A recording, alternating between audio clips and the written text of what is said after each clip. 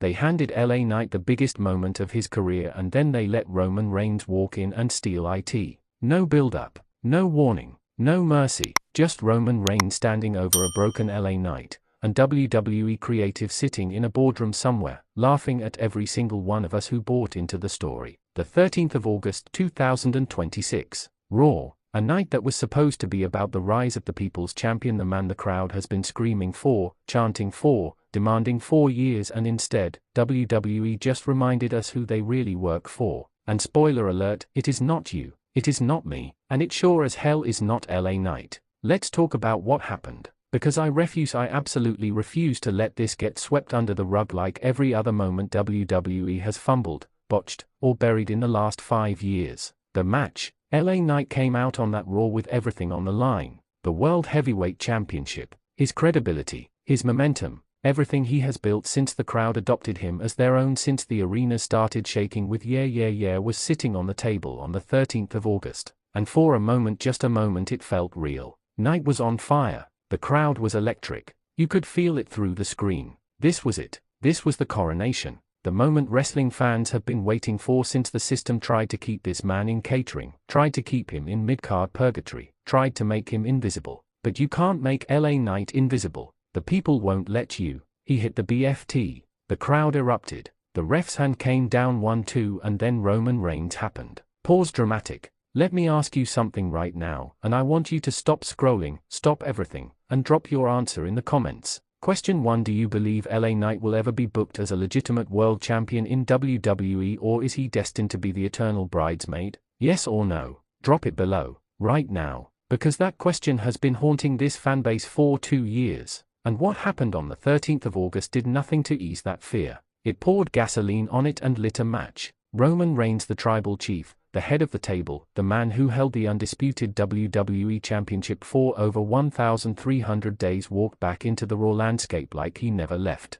Like LA Knight's entire arc was just a warm-up act. Like the World Heavyweight Championship picture was just a placeholder until the real story could begin. And WWE creative, they booked it that way. The booking. Here's what makes me furious, and I mean furious not just as a content creator, not just as an analyst, but as a fan who has watched this company for decades. LA Knight's match with Roman Reigns for the World Heavyweight Championship on the 13th of August Raw was not booked as an equal fight between two giants. It was booked as a statement, and the statement wasn't about Knight. The statement was about Roman. Everything in that match, the pacing, the near falls, the interference, the finish told a story. And the story wasn't LA Knight is the future. The story was Roman Reigns is eternal. Now let me be clear. Roman Reigns is one of the greatest performers in the history of this industry. The tribal chief character, the bloodline saga, historically significant, gene-rationally important. I will never take that away from him. But there is a difference between honoring a legend and sacrificing the present for the past. Question 2. On a scale of 1 to 10, how would you rate WWE's use of Roman Reigns in 2026? Is he elevating new talent or just protecting his legacy? Comment your number and your reason. Because that's the conversation nobody in the mainstream wrestling media wants to have. They'll praise the ratings. They'll talk about the spectacle. They'll rave about Roman's entrance, his presence, his aura. But nobody wants to say the quiet part loud. Roman Reigns returning to this title picture right now is bad for wrestling. There, I said it. Come at me. The crowd reaction. And here's the thing that WWE cannot spin, cannot edit, cannot manufacture. The crowd at Raw on the 13th of August was torn. Half of that arena was screaming for LA Knight, losing their minds for him, chanting his name like a prayer. And the other half, the Roman faithful, and they will always exist, went absolutely ballistic the moment his music hit. But notice what happened at the finish. Notice the energy. Because when that bell rang and the result was announced, the reaction wasn't pure euphoria. It wasn't the kind of electric, unanimous, roof-blowing celebration you get when a moment is truly right. It was complicated. It was conflicted. And that conflict, that is the sound of a fan base that has been conditioned, trained to accept disappointment as part of the experience. We have been gaslit so many times by this company that when something goes wrong for the talent we love, half of us shrug and say, well, that's WWE. That is not okay. And I'm not going to pretend it is. Question 3. Were you more excited about LA Knight going into this match or Roman Reigns, and did the result change how you feel about watching Raw going forward? Sound off. The LA Knight problem. Let's get into the real conversation. Because LA Knight's situation in WWE is one of the most fascinating and infuriating case studies in modern wrestling history. This man Max Dupree, remember when they tried to make him a fashion manager, clawed his way back from career death through sheer force of personality. The crowd grabbed him by the hand and dragged him to the main event whether WWE wanted him there or not. He won the United States Championship. He had matches on premium live events. He had programs with John Cena, with Edge Styles, with some of the biggest names on the roster. But every single time he gets to the edge of the mountain, something happens. A stipulation, an interference, a creative decision that shifts the spotlight somewhere else, and LA Knight is left standing at the summit, looking up at a peak that keeps moving. Do you know how rare it is for a performer to have the crowd this solidly, this passionately behind them? Stone Cold, The Rock, Mankind, John Cena during his peak babyface run. Those are the names we're talking about. That level of organic, unmanufactured crowd connection. And WWE has it, right now, in LA Knight, in 2026, and they are wasting it. Question 4. Name one WWE superstar from the last 10 years who had this level of crowd support and still never won the top championship. Who comes to mind? Drop the name. Roman's return. The bigger picture. Now I want to be fair, because being a great wrestling analyst means you look at all angles, even when one of those angles makes you uncomfortable. Roman Reigns coming back to the World Heavyweight Championship picture is not inherently wrong.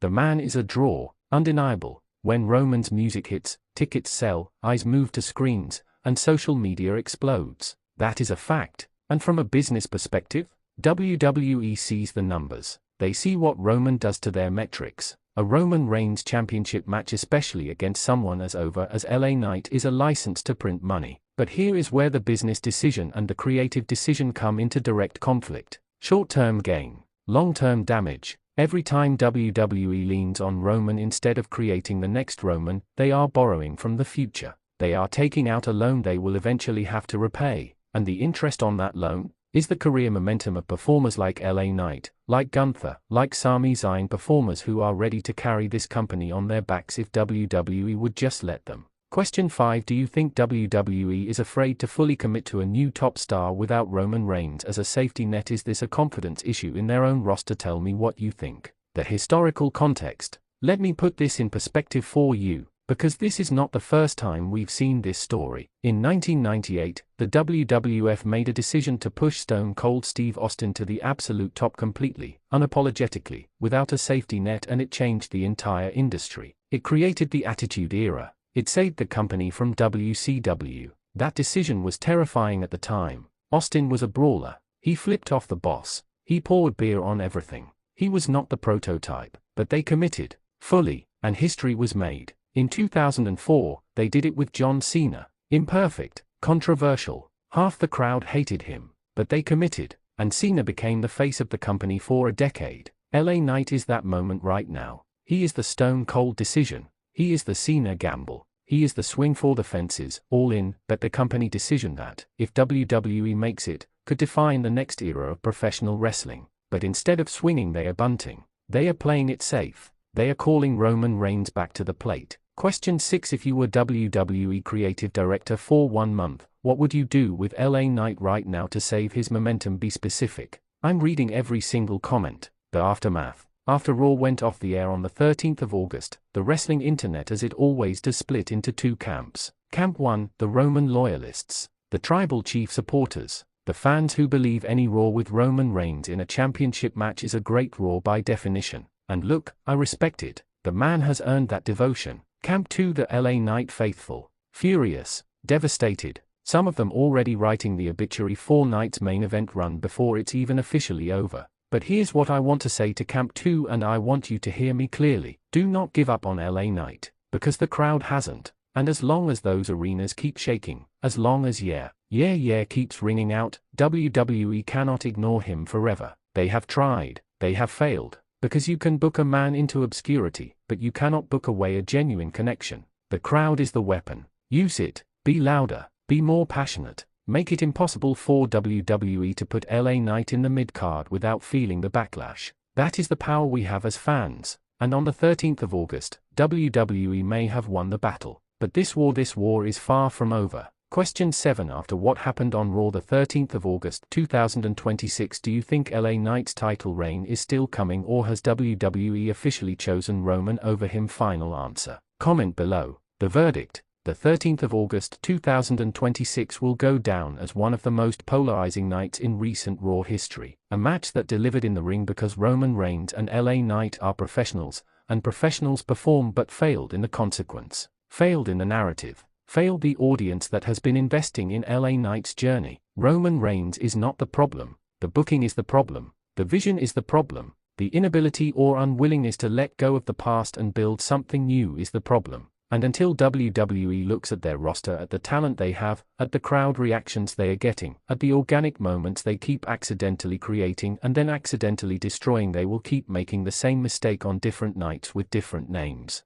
But we'll be here, watching, analyzing, calling it out, because this channel exists for one reason: to give wrestling fans a voice when the product doesn't give us respect. The call to action. Final words. If this video made you feel something, anything, then you already know what to do. Smash that like button. Not click it, not tap it. Smash it like Roman hits a Superman punch. Share this video with every wrestling fan you know. Text them right now. Post it in every wrestling group you're in. Because this conversation needs to happen louder than one channel can make it. Subscribe if you are not already here, because we do this every single week. Every Raw, every SmackDown, every premium live event. Unfiltered, unapologetic, for the fans. And in the comments right now I need your predictions. Where does LA Knight go from here? Does he get his rematch? Does he win the title before the end of 2026? Or does Roman Reigns walk into the next premium live event as champion? Drop it below. Every single answer. Because we are reading them all.